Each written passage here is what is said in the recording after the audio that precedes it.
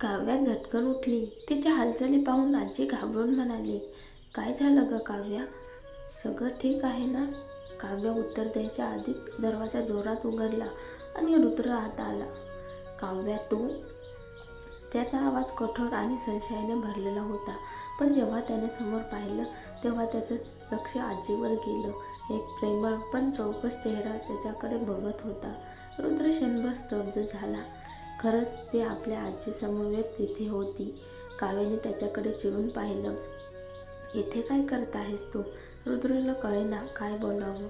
तो तर तिच्यावर संशय घेऊन आला होता. वाटलं होतं की ती काहीतरी लपवते आहे, पण समोरचं दृश्य अगदी साधं आणि सत्य होतं. मी तुझ्या आजीला भेटायला आलोय, तो म्हणाला. काव्याला त्याचं उत्तर खोटं वाटलं. तो जसा दरवाजात शिरला होता त्यात भेटीचा सौम्यपणा नव्हता, केवळ संशय होता. ती काही बोलणार इतक्यात आजीच्या आनंदाने आवाज आला, काव्या, हा तुझा प्रियकर आहे का ग? काव्याच्या चेहऱ्यावरचं भाव बदललं. ती रुद्रकडे थोडी अस्वस्थ नजरेने पाहू लागली.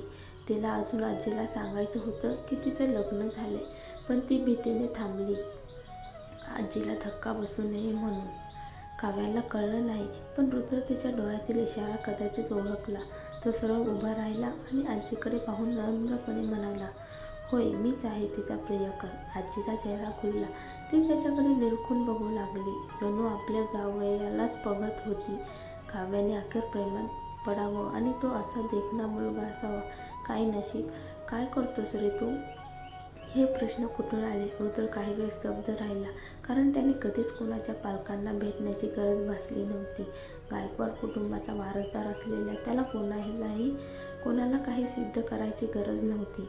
काव्याने त्याचा हात ओढून घेतला आणि दबक्या आवाजात म्हणाली, माझ्या आजीची तब्येतीच बघ ना, तिला त्रास होईल असं काही बोलू नकोस. रुद्रने तिच्याकडे पाहिलं, जणू तिला वाटत होतं की तो सगळं बिघडवेल. त्याने तिचा हात हलक्याने बाजूला सारला. काव्याचं काळजात धस्स झालं, पण रुद्रने सौम्य आवाजात आजीला उत्तर दिलं, आजी, आमचा एक स्वतःचा व्यवसाय आहे. असं होय? आजीच्या चेहऱ्यावर असंतोषाचा भाव उमटला. मी काही म्हणत नाही ग, पण मला वाटतं काव्याने एखादी शासकीय नोकरी करावी. स्थिर असते ती.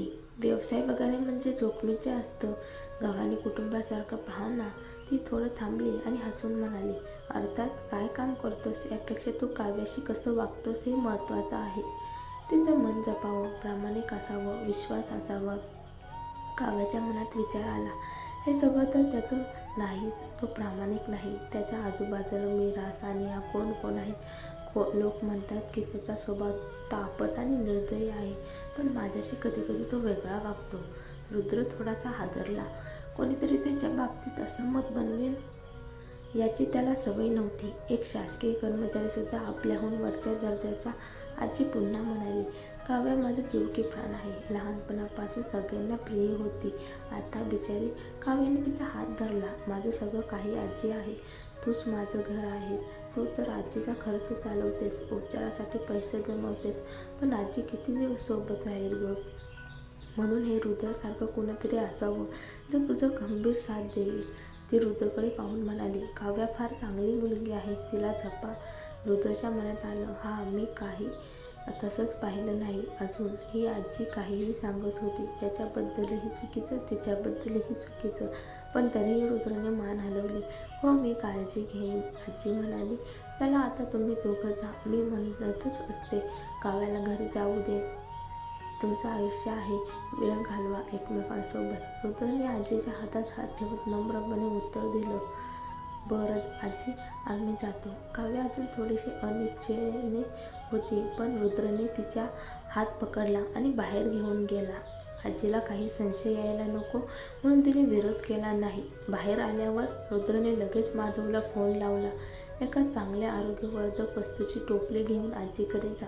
काव्याने आश्चर्याने विचारलं, हे काय चाललंय? रुद्र माणसांना भेटायला गेल्यावर भेटवस्ती घेऊन जाणं ही नैतिकता असते. रुद्रने उत्तर दिलं.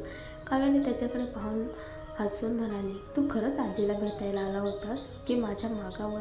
रुद्रने खोटं आल्याचा अभिनय करत उत्तर दिलं, तुझी आजी शस्त्रक्रियेसाठी होती ना, मग मी फक्त भेट द्यायला आलो. काव्याच्या मनात विचार आला. खोटारडा संशय घेऊनच आला होता. ह्याच्या काळ्या मनात काय शिजते कोण जाणे. ती गप्प झाली आणि गाडीकडे निघाली. तोही तिच्या मागे गेला. घरी पोचल्यावर काव्या सरळ बाथरूममध्ये गेली.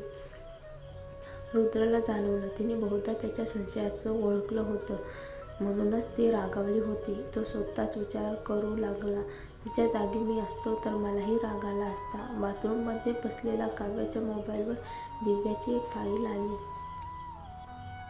एक ऑडिओ रेकॉर्डिंग. तू म्हणतोस की तू एक घर विकत घेतला? दिव्याचा आवाज. हो घेतलंच. काय झालं आता? त्याशिवायच्या बेफिकीर होती. बरं मग शरीरावर शपथ घे, तू खोटं बोलत नाहीस, नाहीतर तुला आयुष्यभर मूत्राची समस्या होईल. दिव्या, हे काय आहे? काय झालं? शपथ घ्यायला घाबरतोस? मी बोल, खोटं सांगतोयस ना? काहीतरी लपवतोस? ठीक आहे सांगतो, पण कुणाला सांगू नकोस. खरं तर ती कंपनी रुद्रने विकत घेतली. काव्याला वाटेल की त्याने तिच्यासाठी असं केलं म्हणून तिने नोकरी सोडली, पण तो काय करणार? त्याने तर तिला गायकवाड कंपनीमध्ये कामाला बोलावलं होतं, पण तिने नकार दिला. काव्याचं मन सुन्न झालं. रुद्रला भीती होती की काव्या त्याच्या जाळ्यात अडकणार नाही, म्हणून त्याने शिवाईकडून टायटन प्रकल्प खरेदी करून घेतला. काव्याने ओठ चावले आणि मोबाईल घट्ट पकडून ठेवला. त्या रात्री ती खूप संतप्त असल्याचं त्याला कळलं होतं, म्हणून रुद्रने तिला त्रास देणं टाळलं. पुढच्या दिवशी काव्या ऑफिसमध्ये पोहोचली आणि थोडा वेळ थांबून शेवटी फोन उचलून अध्यक्ष विकास यांना कॉल केला. विकास, मी तुमचा प्रकल्प स्वीकारते. काव्या मानसी विला प्रकल्प स्वीकारणार हे ऐकून संपूर्ण कंपनी स्तब्ध झाली. हा प्रकल्प अशा जागेवर होता जिथे भूस्तर नरम होता. हे अत्यंत धोकादायक होतं. ज्यांना कळलं ते सर्वच अचंबित झाले. त्यानंतर अध्यक्ष जाधव यांनी तिला केबिनमध्ये बोलावलं. इंजिनियर काव्या, तुझ्या धाडसाचं कौतुक वाटतं, पण तुला स्वतःवर जबरदस्ती करण्याची गरज नाही. पैसे कितीही मिळाले तरी हा प्रकल्प फार धोकादायक आहे. तुला पैसे मिळवायचे असतील तर मी तुला इतर काही सुरक्षित प्रोजेक्ट देऊ शकतो. काव्याने शांतपणे विचारलं. अध्यक्ष, तुम्हीच तर म्हणाला होता की कोणीतरी हा प्रकल्प घ्यावा अशी तुमची खूप इच्छा होती. मग अचानक इतकं का मागे हटलात? ते गोंधळले. हो, कोणालाच पैसे नको असतात का? पण नंतर वाटलं गरज नसताना धोका कशाला घ्यायचा. काव्याच्या मनात कटू हास्य उमटलं. खरं तर कुणीतरी वरून आदेश दिला असावा आणि तो कोण असेल तर तो म्हणजे रुद्र. अध्यक्ष, माझा आत्मविश्वास आहे या प्रकल्पावर, ती ठाम म्हणाली. ठीक आहे, पण अजून थोडा अभ्यास कर. हा मोठा प्रकल्प आहे, घाई करू नकोस. आज एक औद्योगिक स्नेह मेळावा आहे. अनेक दिग्गज डिझायनर्स येणार आहेत. त्यात अभिजित पण आहे, जो अध्यक्ष विकासच्या संपर्कात आहे.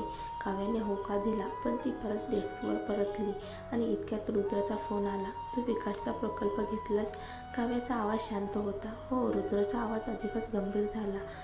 आत्ता बाहेर ये, ऑफिस समोरच्या कॉफी शॉपमध्ये भेट. मी बिझी आहे, रात्री कार्यक्रम आहे, वेळ नाही आहे, ती म्हणाली.